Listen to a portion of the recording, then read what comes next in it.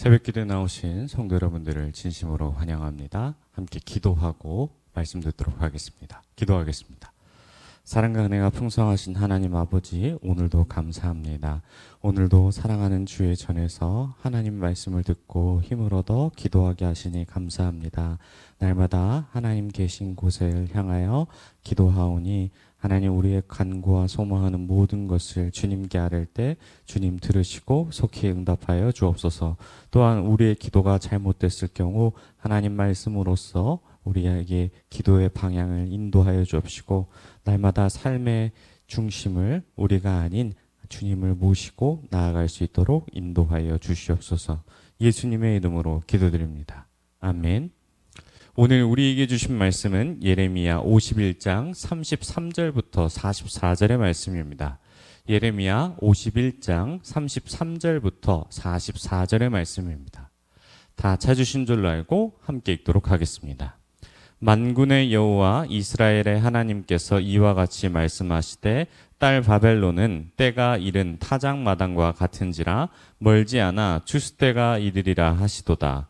바벨론의 느부갓네살 왕이 나를 먹으며 나를 명하며 나를 빈 그릇이 되게 하며 큰 뱀같이 나를 삼키며 나의 좋은 음식으로 그 배를 채우고 나를 내쫓았으니, 내가 받은 폭행과 내 육체에 대한 학대가 바벨론에 돌아가기를 원한다고 시온 주민이 말할 것이요, 내 피 흘린 죄가 갈대아 주민에게로 돌아가기를 원한다고 예루살렘이 말하리라.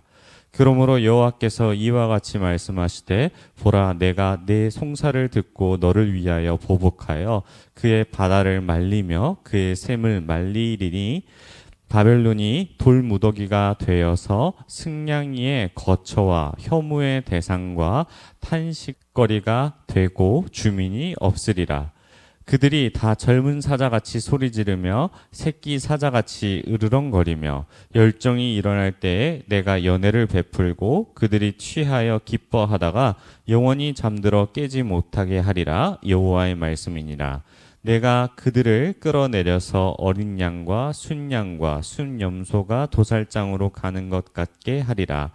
슬프다, 세상이 함락되었도다. 온 세상에 칭찬받는 성읍이 빼앗겼도다. 슬프다, 바벨론이 나라들 가운데에 황폐하였도다. 바다가 바벨론에 넘치며 그 노도 소리가 그 땅을 뒤엎었도다. 그 성읍들은 황폐하여 마른 땅과 사막과 사람이 살지 않는 땅이 되었으니 그리로 지나가는 사람이 없도다. 내가 배를 바벨론에서 벌하고 그가 삼킨 것을 그의 입에서 끌어내리니 민족들이 다시는 그에게로 몰려가지 아니하겠고 바벨론 성벽은 무너졌도다. 아멘.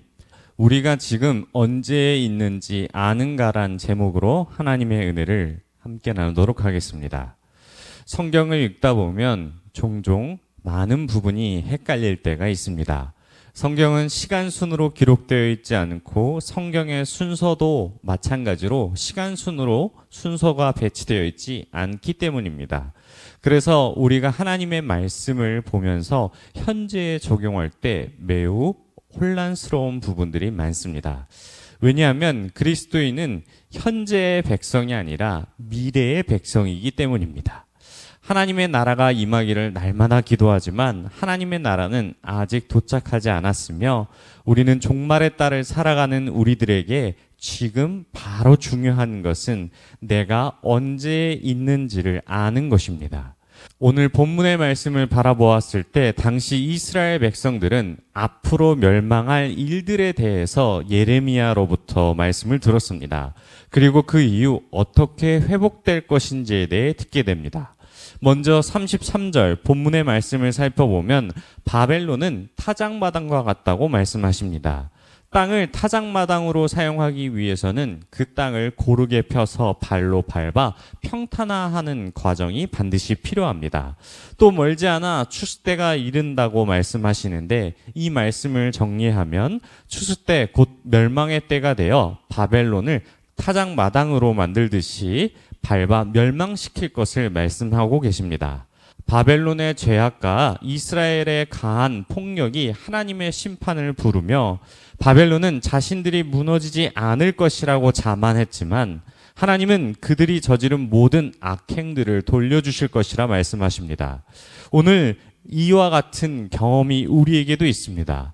불의와 악행들에 대해서도 하나님은 반드시 공의로 심판하실 것이며 우리는 이 사실을 기억하며 하나님의 정의를 신뢰하고 그분의 심판을 기다려야 할 것입니다. 하나님이 곧 이스라엘과 동일시 여기셔서 바벨론이 저지른 잘못의 대가를 치르게 하십니다. 36절에 내 송사를 듣고 너를 위하여 보복한다고 말씀하시니 선지자로부터 이스라엘 백성들이 이 말을 들었을 때에 매우 큰 힘과 위로가 되었을 것으로 생각이 됩니다. 단순히 여기서 그쳐서 끝나는 것이 아니라 바다를 말리며 그의 샘을 말린다라고 말씀하십니다. 여기서 느부갓네살이 언급되는 이유를 살펴보면 바벨론이 이스라엘에게 가한 잔혹한 행위를 상징하기 위함입니다. 비록 바벨론이 그 당시 가장 강력한 제국이었고 느부갓네살은 그 제국의 강력한 왕이었지만 하나님은 이 제국의 악한 그 행위들을 보시고 심판하실 것을 예언토록 하셨습니다. 예레미야는 바벨론의 멸망을 통해 하나님의 절대적인 주권을 강조하고 있으며 이는 우리가 세상의 강력한 권세와 악에 대해 두려워하지 말고 하나님의 심판과 정의를 신뢰한다는 중요한 메시지를 우리들에게 전달합니다. 또 계속해서 말씀을 살펴보면 그들이 가진 힘에 취해 연애에 취한 상태처럼 되었고 적국의 침입에 아무런 방해도 하지 못하는 상태가 되어 영원토록 깨어나지 못할 것을 말씀하십니다.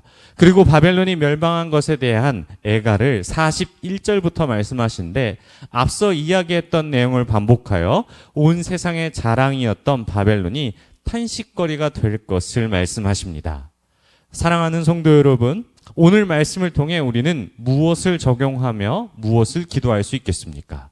바벨론에 대한 심판을 바라보며 이스라엘 백성들은 앞으로의 삶의 여정이 너무나도 힘들고 어려울 텐데 큰 위로가 되었을 것입니다. 70년이란 어려운 고난의 시기를 보내며 나면 다시 회복될 것을 안다는 것은 미래에 다가올 소망으로 현재를 버티게 합니다. 우리도 이스라엘 백성들처럼 고난 가운데 있지만 예수 그리스도의 다시 오심을 알고 기다리는 자들입니다. 예수님께서 십자가에서 승리하셨고 부활하셔서 우리에게 영원한 생명과 소망을 주셨기 때문에 우리는 어떠한 고난 가운데서도 그분의 다시 오심을 확신하고 신뢰하며 인내할 수 있습니다. 이스라엘이 바벨론의 멸망을 통해 회복될 것을 믿으며 견뎠듯이 우리도 예수 그리스도를 통한 완전한 회복과 하나님의 나라를 기대하며 살아가야 합니다. 예전에 이런 뉴스를 보았습니다. 작업하다가 냉동 창고에 갇힌 사람이 있었는데 결국 이 사람은 죽게 되었다라는 기사를 보게 되었습니다. 하지만 자세히 살펴보니 이 사람이 갇혔던 냉동 창고에는 전원이 꺼져 있었고 자신이 냉동 창고에 갇혀 있다라는 생각에 갇혀 극도의 추위를 느껴 죽게 되었다고 합니다. 우리도 오늘 말씀을 우리에게 적용했을 때 예수님이 다시 오실 것을 모르는 상황과 다시 오심을 기다리는 상황은 전혀 다릅니다. 이스라엘에 당한 모든 수치를 갚아주실 것을 약속하시며 우리도 이와 같은 약속을 동일하게 받고 기다리고 있습니다. 사랑하는 성도 여러분, 하나님의 심판은 믿는 자에게 큰 위로가 됩니다. 너무나도 강력하여 절대적 권력이라 생각했던 바벨론도 무너졌으며 로마도 같이 무너졌습니다. 말씀을 기억하며 세상의 모든 만물이자 주관자이자 심판자이신 주님을 묵상하며 어려운 상황 가운데 큰 위로를 받으시고 힘을 얻어 오늘도 말씀으로 승리하시는 저와 여러분이 되시길 주님의 이름으로 축원합니다. 우리 들은 말씀을 생각하며 함께 기도하겠습니다. 하나님, 우리가 어떤 때인지를 깨닫게 하시고 하나님의 시선으로 현재를 바라볼 수 있는 지혜를 허락해 주시옵소서. 또한 우리의 상황 속에서도 하나님의 뜻과 계획을 발견하고 그에 따라 순종하며 살아갈 수 있도록 인도해 달라고 우리 주여 한번 부르시고 통성을 함께 기도하겠습니다. 주여, 하나님 아버지 붙잡아 주시옵소서. 말씀을 통해 큰 위로를 얻고 힘을 얻어 나아갑니다. 어떠한 상황 가운데서라도 우리를 버리지 않으시고 우리와 함께 하시는 주님을 말씀을 통해 신뢰하오니 주님 인도하시고 붙잡아 주시옵소서. 세상이 멸망당할 그 위기 가운데다도 하나님 회복시킬 것을 믿으며 믿음으로 나아가길 소망합니다. 우리와 함께 하신다는 주님, 다시 오실 그 약속을 신뢰하며 오늘을 살아갈 때에 말씀에 힘을 얻고 나아갈 수 있도록 주님 은혜 내려 주시옵소서. 우리 계속해서 기도하겠습니다. 예수 그리스도의 재림을 기다리는 우리들에게 미래의 소망을 굳게 붙들어 주시고 어떠한 고난 가운데서도 인내할 수 있는 믿음을 허락하여 주시옵소서. 하나님의 공의로운 심판과 회복을 신뢰하며 모든 상황 속에서 흔들림 없이 주님을 바라보는 우리가 되게 해달라고 기도하시고 각자 가지고 온 기도 제목 가지시고 기도하다가 돌아가도록 하겠습니다. 주여.